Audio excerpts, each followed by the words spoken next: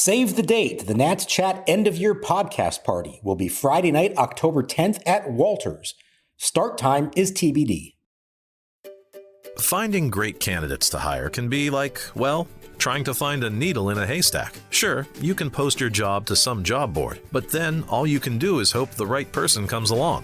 Which is why you should try ZipRecruiter for free at ZipRecruiter.com/zip.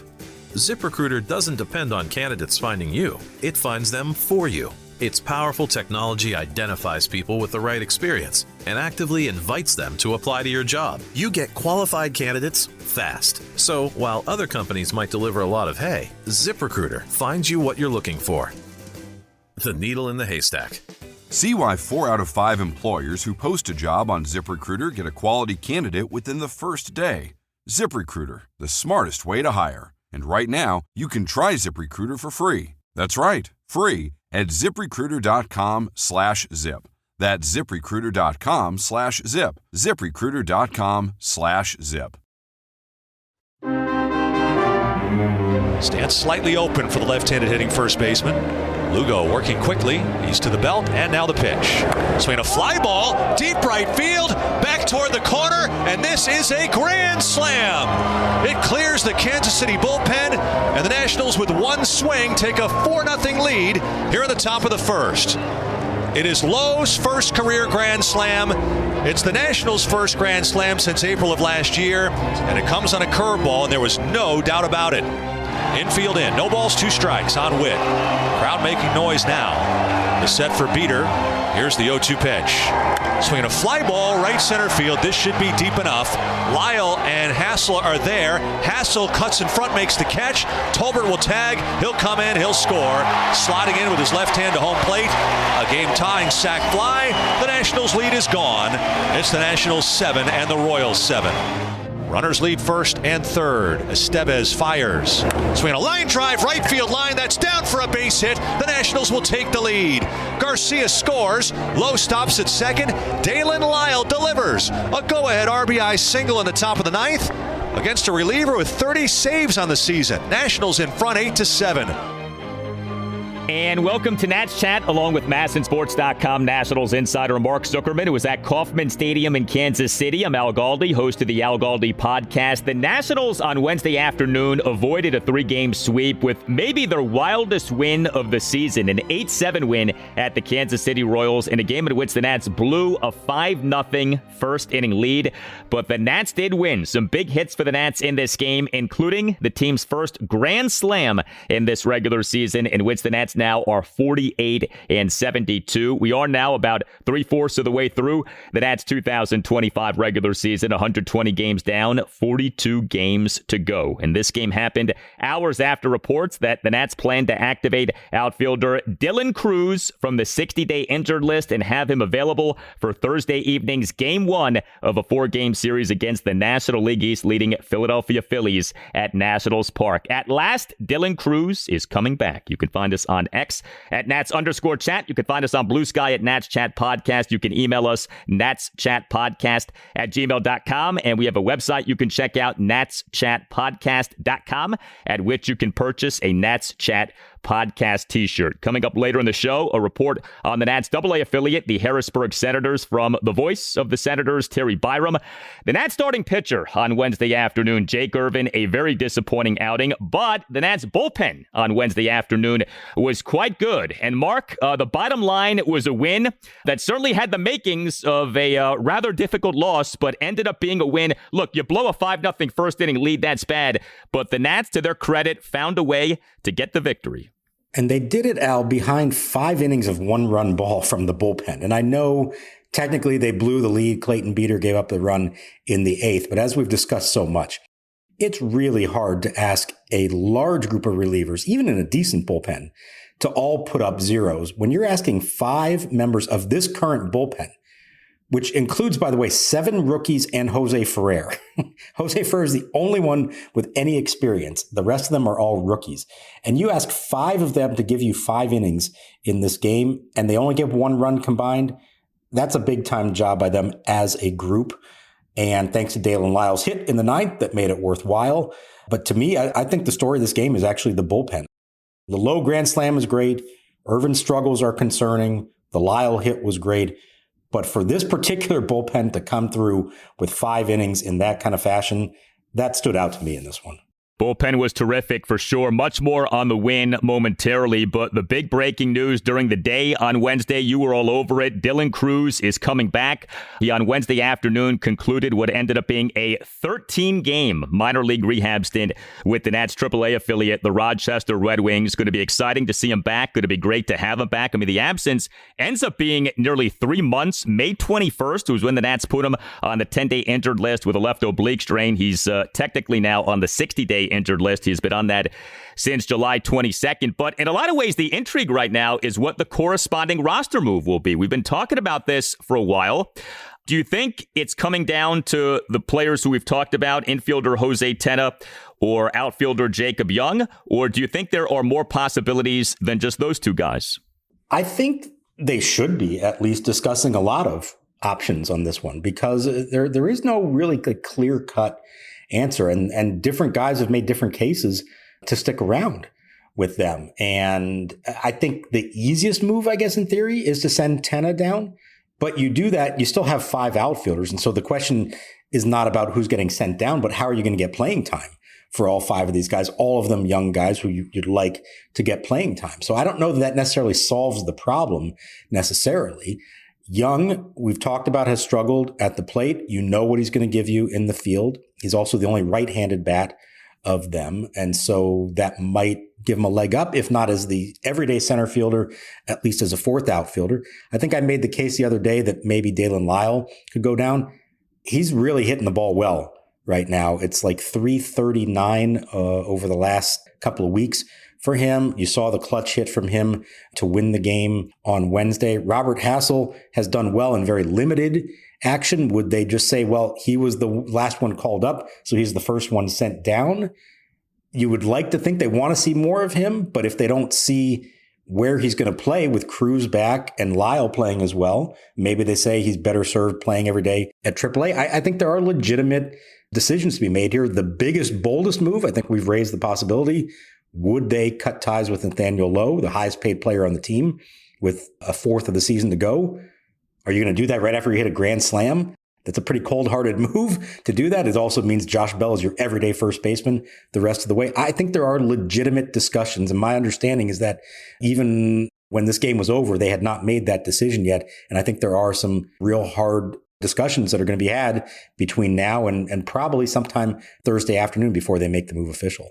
It just feels to me, though, that optioning Jose Tena would make the most sense just from the standpoint of he's not playing at all right now. So these other guys who you just talked about, those guys are playing.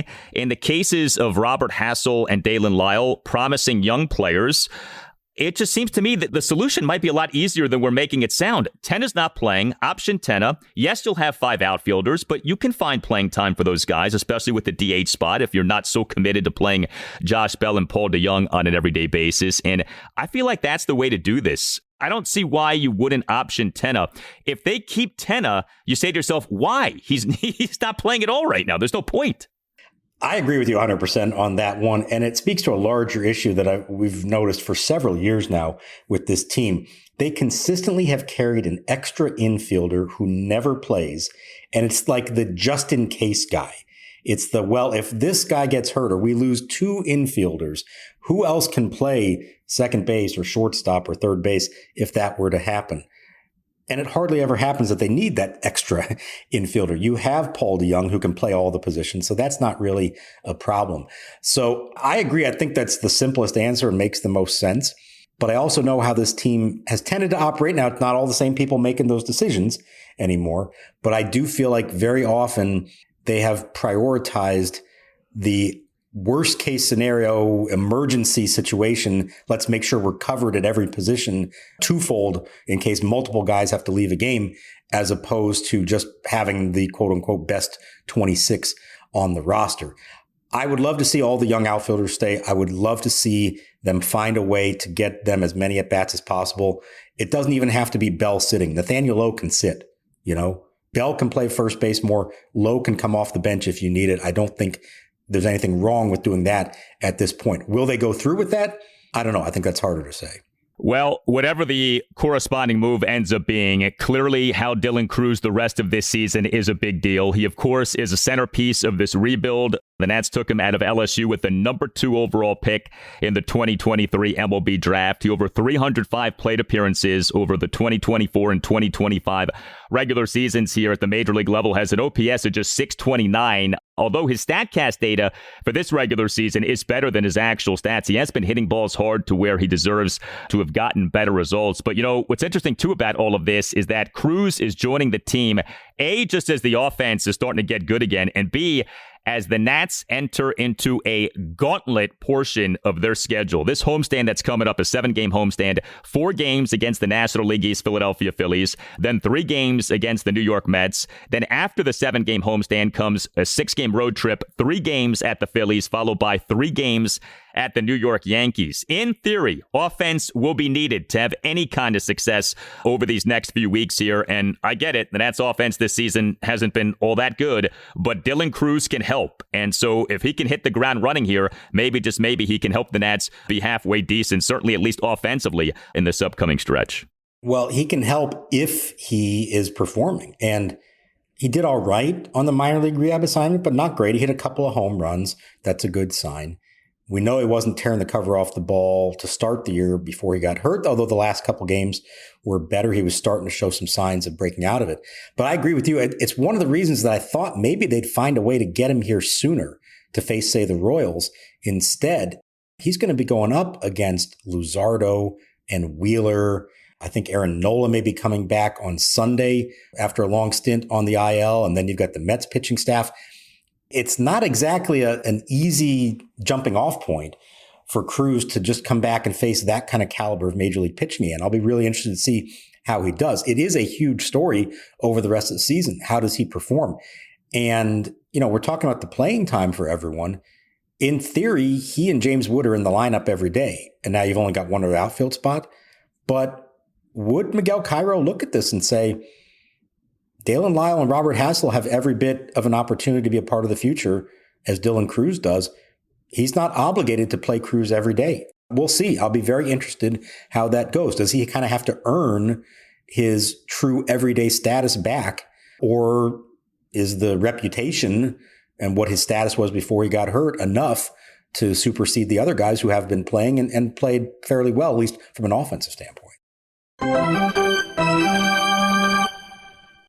Hey, it's Al Galdi for Window Nation. Labor Day is coming. Summer is winding down in the Washington, D.C. area. Your air conditioning is working overtime, just trying to keep your house and you cool and comfortable. What can you do to make a difference? Well, you can replace your old or builder-grade windows with windows from Window Nation. Call 866-90NATION or visit windownation.com and tell Window Nation that you want the following deal that you're about to hear about here on the Nats Chat podcast.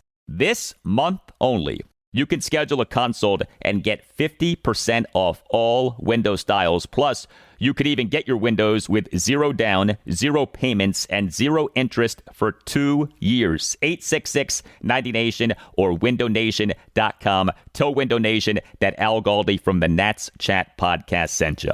Window Nation windows are outstanding. They are custom made from high quality materials with precision fit. Bottom line, your home stays comfortable year round. Window Nation windows are even available in over 1,500 styles and colors. So you'll get the windows that you want to protect and beautify your home. With an A+ rating from the Better Business Bureau and over 3 million windows installed, you can trust Window Nation for quality and service. Hurry! This 50% off all windows sale ends August 31st.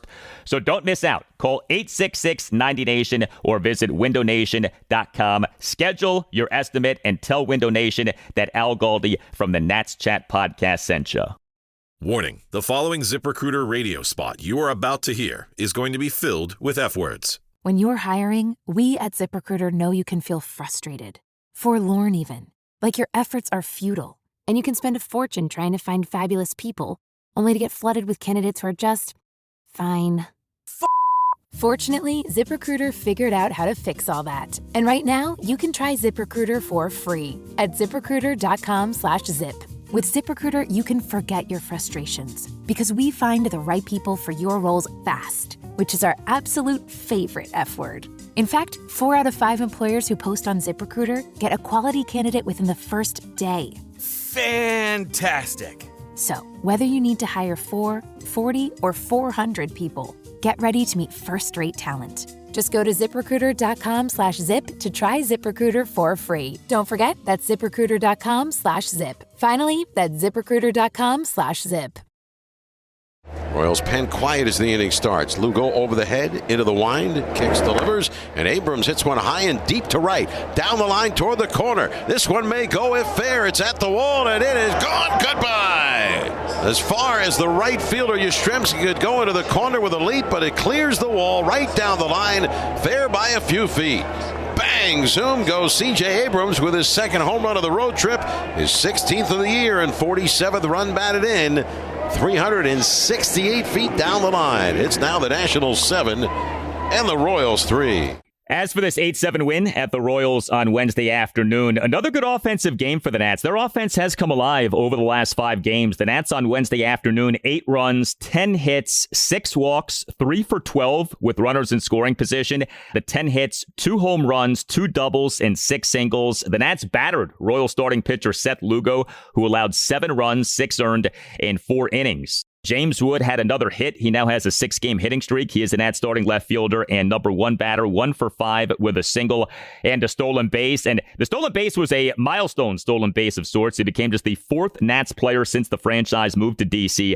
to have a regular season in which the player had at least 25 homers and at least 15 stolen bases. So the other 3 guys, Alfonso Soriano in 2006, Ian Desmond in 2012, and Lane Thomas in 2023. C.J. Abrams, he is an Nats starting shortstop and number 2 batter, 1 for 4 with a solo homer and a walk. We mentioned Nathaniel Lowe hitting a grand slam. He is an Nats starting first baseman and number 5 batter, 1 for 3 with the grand slam and 2 walks. As you noted on X, the Nats' first grand slam since April 27th, 2024. That is remarkable. It feels like the Nats have had about 15 grand slams hit against them since the Nats last hit a grand slam. Daylen Lile, he is having a terrific month of August. He had the big hit in this game from a standpoint of giving the Nats a lead that they would not relinquish. Lile as the Nats starting right fielder and number 6 batter, 2 for 5 with an RBI single and another single. The RBI single, a 2-out RBI single in a Nats 1-run ninth.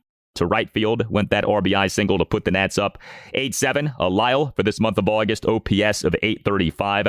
Drew Millis, more production from the Nats at catcher. He is the Nats starting catcher and number 7 batter, 1 for 2 with an RBI double and a walk. And Brady House, he started for the first time in 3 games in this series. He is the Nats starting third baseman and number 8 batter, 2 for 4 with an RBI single and another single. Did get thrown out in an attempted steal of second base. But up and down the lineup, you had production by Nats batters in this game. The only Nats starter who did not have at least 1 hit was Josh Bell. He is a Nats starting DH and cleanup batter, 0 for 4 with a walk. But man, that 5-run first off Seth Lugo, the Nats were all over Lugo. That was so impressive. Seth Lugo is a good pitcher. Was really good last season, again has been good this season. Actually, it's a really interesting story. He was a reliever for years. He well into his 30s made the transition to a starting pitcher and has been quite good these last few years. And the Nats were all over him in that top of the first. And the Royals just signed him to an extension within the last couple of weeks instead of trading him at the deadline. So a guy who should have been feeling really good about himself. And you're right, they were all over him. It wasn't just the grand slam. There were good quality at bats that entire first inning and really sustained throughout the 4 innings that he was on the mound. The grand slam, you said, first since April 27th, 2024, longest drought in the majors. No other team had gone that long without hitting one. Do you remember who last hit a grand slam for the Nats? Be Jesse Winker. He did it in Miami. So it's been quite a while for that. This was also Nathaniel Lowe's first homer since July 19th. It had been a while. He had only driven in 3 runs since the All-Star break. So remember that discussion we had a while back about what kind of season he's having, and he was on pace for 25 homers, 100 RBIs, even though the OPS was low. That's completely out the window now, and it's why I mentioned earlier that the notion of maybe somehow he's the one who is out of luck with Dylan Cruz coming back. I don't necessarily think that's going to be the case, but we'll see. So that was good to see from him. He needed that one, but just good quality at bats all around from them. And Nice to see them jump out to an early lead and to sustain it to some extent. They were good against Lugo. They were not good against the Royals bullpen. But, you'll take it. 7 runs off an opposing starter. You got to be pleased with that kind of performance.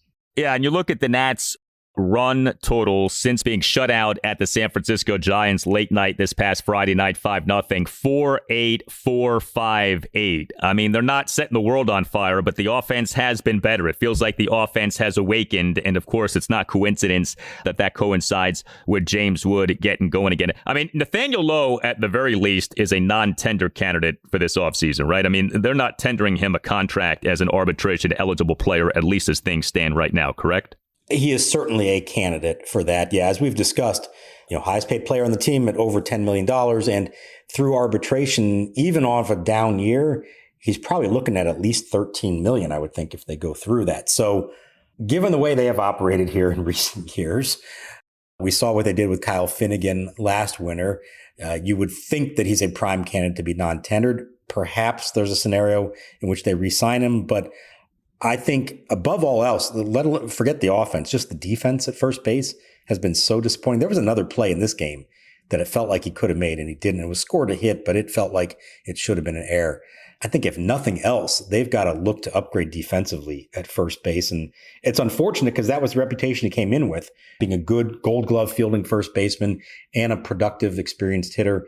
And though he was hitting in the first half, he's cooled off dramatically since then, and the defense really has not been there at all, and that's a huge letdown. Yeah, the right side of the infield defense this season, first base and second base, big-time problem for this Nationals ball club. Well, the Nats bullpen, like we said, really good on Wednesday afternoon. 5 Nats relievers combining to allow 1 run in 5 innings. Connor Pilkington, he bounced back from his last outing, which did not go so well, a scoreless and hitless bottom of the 5th with 2 called strikeouts. PJ Poulin, he tossed 2/3 of a scoreless inning. He in the bottom of the 6th faced 4 batters, got 2 outs. He began the bottom of the 6th by issuing a walk and a hit by pitch. Cole Henry, 1 1/3 scoreless innings. Clayton Beeter allowed a run in 2/3 of an inning. He in the bottom of the 8th faced 3 batters and got 2 outs, but did allow a run on a single, 2 stolen bases, and a sac fly to tie the game at 7. But Jose A. Ferrer, 1 1/3 scoreless innings, despite giving up a double and 2 singles. So a few things stand out here. First of all, Ferrer so far as the Nats closer / ace reliever, doing a pretty good job. I think you have to say you like what you're seeing. The other thing, and you asked Miguel Cairo about this during his postgame session with you guys, Pilkington, Poulin, Henry, and then Beeter. Beeter gets thrust into quite the high leverage spot in this game. Probably not what most people were expecting, that Clayton Beeter would be put in that position. No, I was not expecting it either.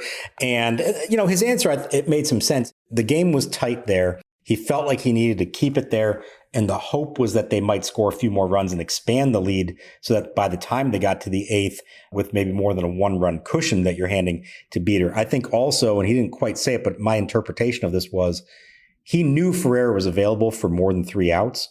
So go ahead and have Beeter start the inning, knowing he's probably not going to finish it, and then first sign of trouble, you go to Ferrer at that point. The problem is the 2 stolen bases were just killer. And I get that guy Tolbert super fast, not a lot you can do. But Beeter didn't exactly hold him on that close. It was a good throw by Riley Adams, almost got him at second. There wasn't even a throw to third. They ignored him completely. That's on the pitcher almost always. That to me was the biggest mistake of it all. But they got through it. It was a good job by everyone there. And I agree with you. Jose Ferrer has taken a step forward in this new role.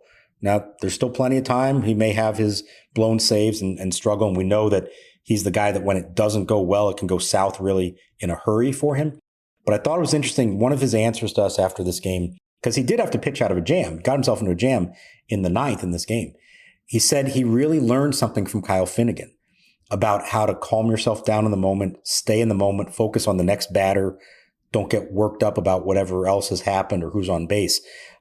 That was a show of maturity from him. I'm glad to hear him say that. And he's actually, I know he doesn't speak English, but he gives some very thoughtful answers in Spanish. He's a bright guy. He has built up towards this over the last few years. As we said, he's the only non-rookie in the bullpen, even though he's only 25 himself. I like what I've seen from him. There's a long way to go, of course, but I think each one of these outings, it's only going to make his confidence grow, and the team's confidence in him as their new closer is going to grow as well. He's one of the guys who I'm really interested to see over this 13-game stretch here against the Phillies, Mets, and Yankees. Does Ferrer continue to do well? If he does, then I think you start to get really excited about what the Nats might have in him as a back of the bullpen type guy.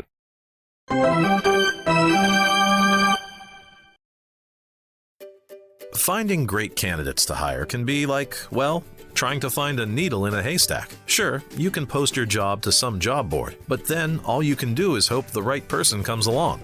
Which is why you should try ZipRecruiter for free at ZipRecruiter.com/zip. ZipRecruiter doesn't depend on candidates finding you. It finds them for you. Its powerful technology identifies people with the right experience and actively invites them to apply to your job. You get qualified candidates fast. So while other companies might deliver a lot of hay, ZipRecruiter finds you what you're looking for. The needle in the haystack. See why 4 out of 5 employers who post a job on ZipRecruiter get a quality candidate within the first day.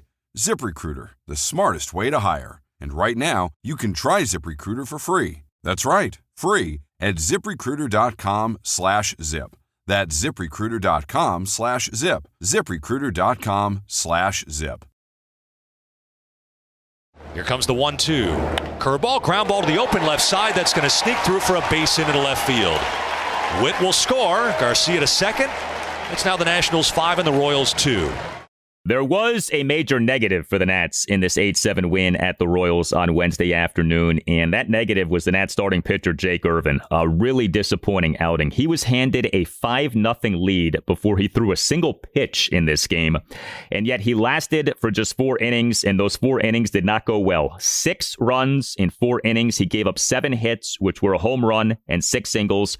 He issued 4 walks, a hit by pitch, and a wild pitch. He recorded 3 strikeouts. He threw a ton of balls, 83 pitches, just 46 strikes versus 37 balls. And the Jake Irvin first inning struggles continued. He, in the bottom of the first, allowed 2 runs on 2 singles, 2 walks, and a wild pitch. He was all over the place in this game. Jake Irvin now for this regular season, 25 starts, ERA of 5.14. That is the 4th worst ERA among all qualified pitchers in the majors. WHIP of 1.38, a first inning ERA of 10.08. That is the worst first inning ERA among all qualified pitchers in the majors. He is not having a good season. I feel like him and Mitchell Parker right now are in the same boat, and they're in the exact same position. 2 guys who initially not a ton was expected from them. They've gotten real opportunity these last few seasons. Each guy at times has looked good, but each guy right now is in a real rut, and this was a tough outing for Irvin. This was an outing that screamed work quickly, throw strikes, eat up innings.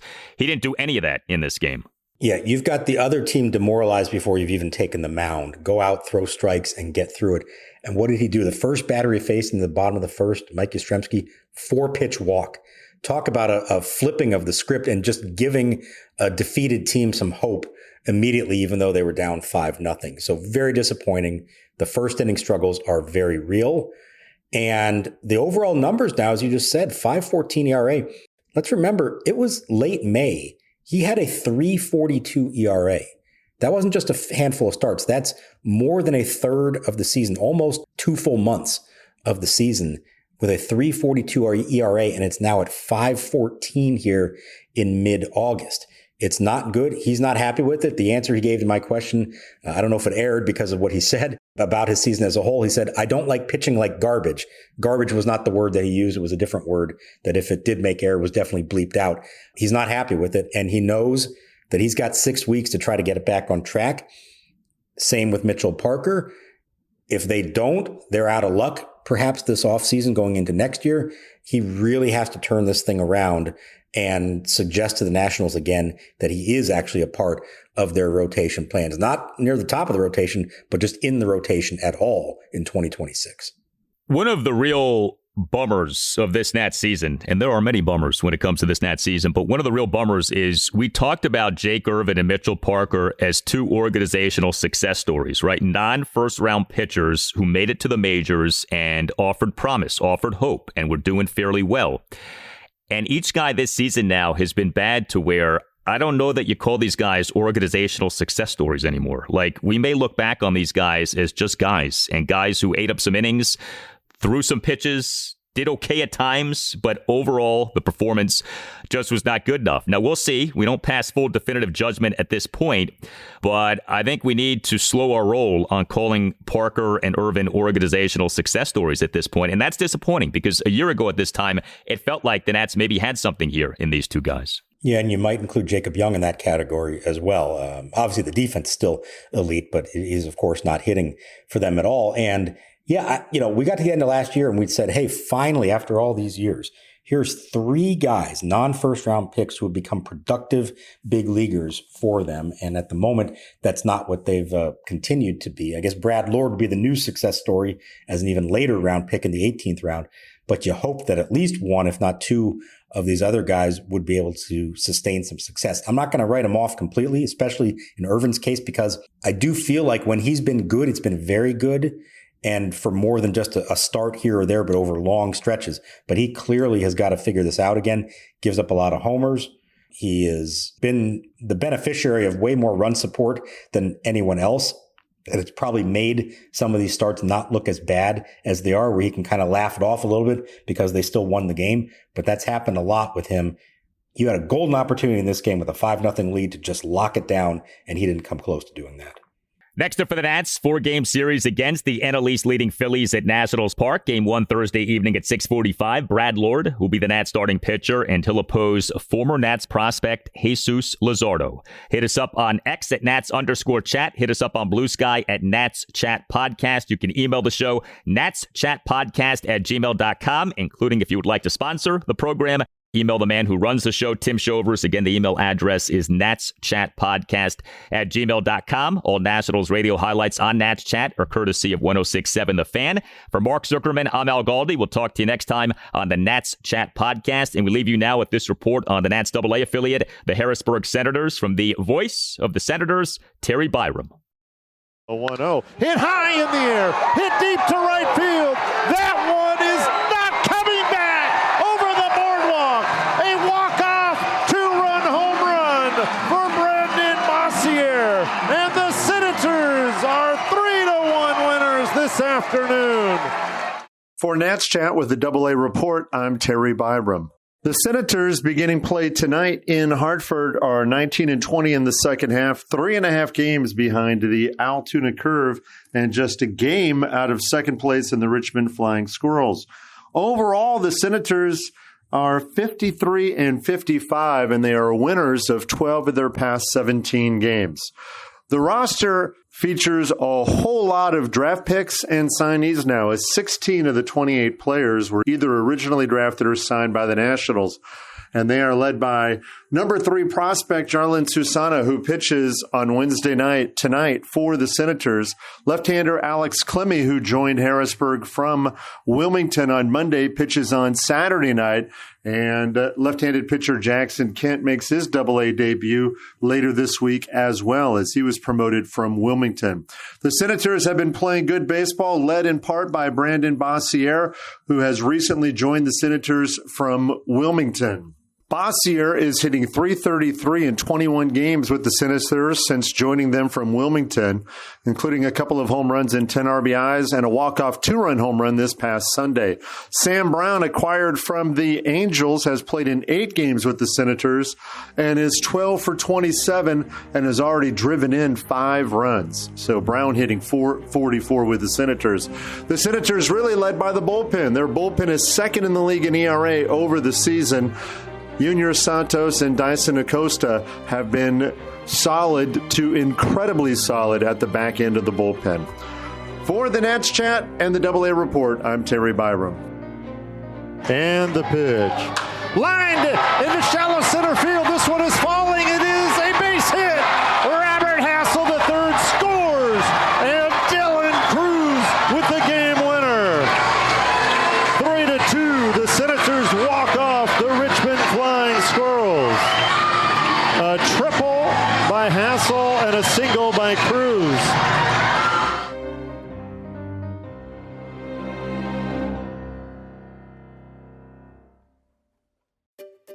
Finding great candidates to hire can be like, well, trying to find a needle in a haystack. Sure, you can post your job to some job board, but then all you can do is hope the right person comes along. Which is why you should try ZipRecruiter for free at ZipRecruiter.com/zip.